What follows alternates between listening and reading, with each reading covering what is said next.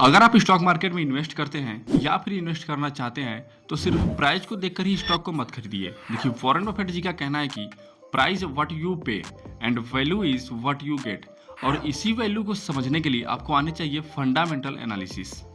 इस वीडियो में आपको मिलेगा कंप्लीट गाइड, जिससे आप ये सीखेंगे कि बैलेंस शीट कैसे समझें एंड कंपनी के लिए कौन कौन से फाइनेंशियल रेशियो इंपॉर्टेंट होते हैं एंड स्क्रीनर.इन जैसे फ्री टूल्स को यूज करना। मेरा नाम है विक्रम और आप देख रहे हैं स्टॉक मार्केट विद सिंपलिसिटी। ये वीडियो बनाई गई है उन लोगों के लिए जो स्टॉक मार्केट में पैसा तो लगाना चाहते हैं लेकिन बिना टिप्स के, और वो भी खुद के एनालिसिस के दौर पर। तो चलिए बिना टाइम वेस्ट किए शुरू करते हैं।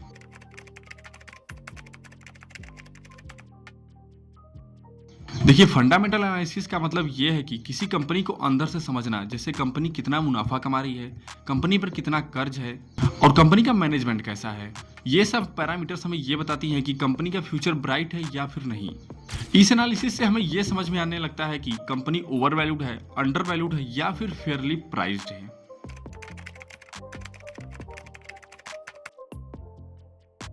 बैलेंस शीट एक स्नैपशॉट होता है कंपनी के फाइनेंशियल्स के एसेट्स, लायबिलिटीज एंड इक्विटी का, जहां पर एसेट्स का मतलब है कंपनी के पास क्या है, जैसे cash, inventory, machinery, and liabilities equal to company पर कितना कर्ज है, और इक्विटी का मतलब है कि मालिक का हिस्सा।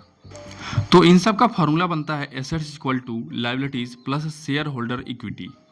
एग्जाम्पल के लिए समझिए कि अगर किसी कंपनी के पास 100 करोड़ का एसेट्स है और उसके ऊपर 60 करोड़ का कर्ज है, तो कंपनी के पास टोटल इक्विटी है 40 करोड़ का। देखिए, बैलेंस शीट हमें यह समझाता है कि कंपनी फाइनेंशियली स्ट्रांग है या फिर वीक है।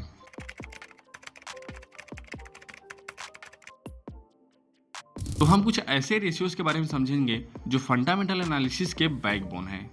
पहला है ईपीएस, यानी कि अर्निंग पर शेयर या फिर प्रॉफिट पर शेयर। ये जितना ज्यादा होता है उतना ज्यादा अच्छा होता है। दूसरा है P ratio, price to earning. देखो, जिस स्टॉक का पी रेशियो हाई होता है उस स्टॉक को एक्सपेंसिव यानी कि महंगा, और जिस स्टॉक का पी रेशियो लो होता है उसे चीप यानी सस्ता कहा जाता है।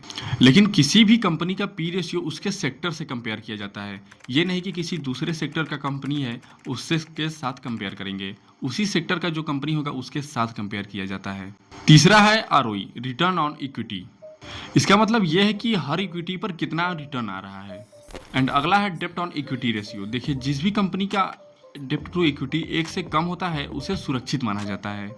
और अगला है करंट रेशियो, लिक्विडिटी के लिए 1.5 या फिर उससे ऊपर अच्छा होता है। देखिए, ये सारे रेशियोज आपको ये बताते हैं कि कोई कंपनी ग्रो कर रही है या फिर वहीं पर सर्वाइव कर रही है। चलिए प्रैक्टिस भी कर लेते हैं स्क्रीनर.इन जैसे ऐप्स में, जो इंडिया में सबसे ज़्यादा यूज किया जाता है फंडामेंटल एनालिसिस के लिए, और ये फ्री भी है। सबसे पहले किसी कंपनी को सर्च कर लेते हैं, एग्जांपल के लिए टाटा मोटर्स।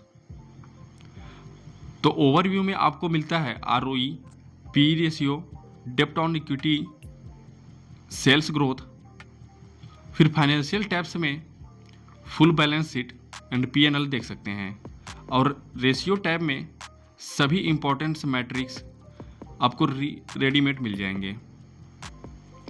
और सबसे ज़रूरी, आप क्रिएट अ न्यू स्क्रीन के हेल्प से आप किसी भी स्टॉक को फिल्टर कर सकते हैं, जैसे कि स्टॉक्स विथ आरओई 15% से ज़्यादा एंड डेप्ट ऑन इक्विटी 0.5% से कम होना चाहिए। ये बिगिनर के लिए सबसे परफेक्ट माना जाता है।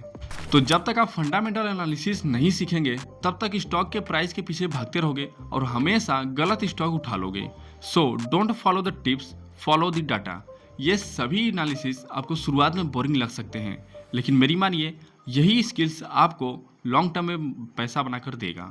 अगर ये वीडियो आपको यूजफुल लगा हो तो लाइक करना मत भूलना और सब्सक्राइब भी कर लीजिए ऐसे ही और इन्फॉर्मेटिव और एजुकेशन से भरी वीडियोस के लिए। मिलते हैं नेक्स्ट वीडियो में, तब तक के लिए stay smart and invest wisely.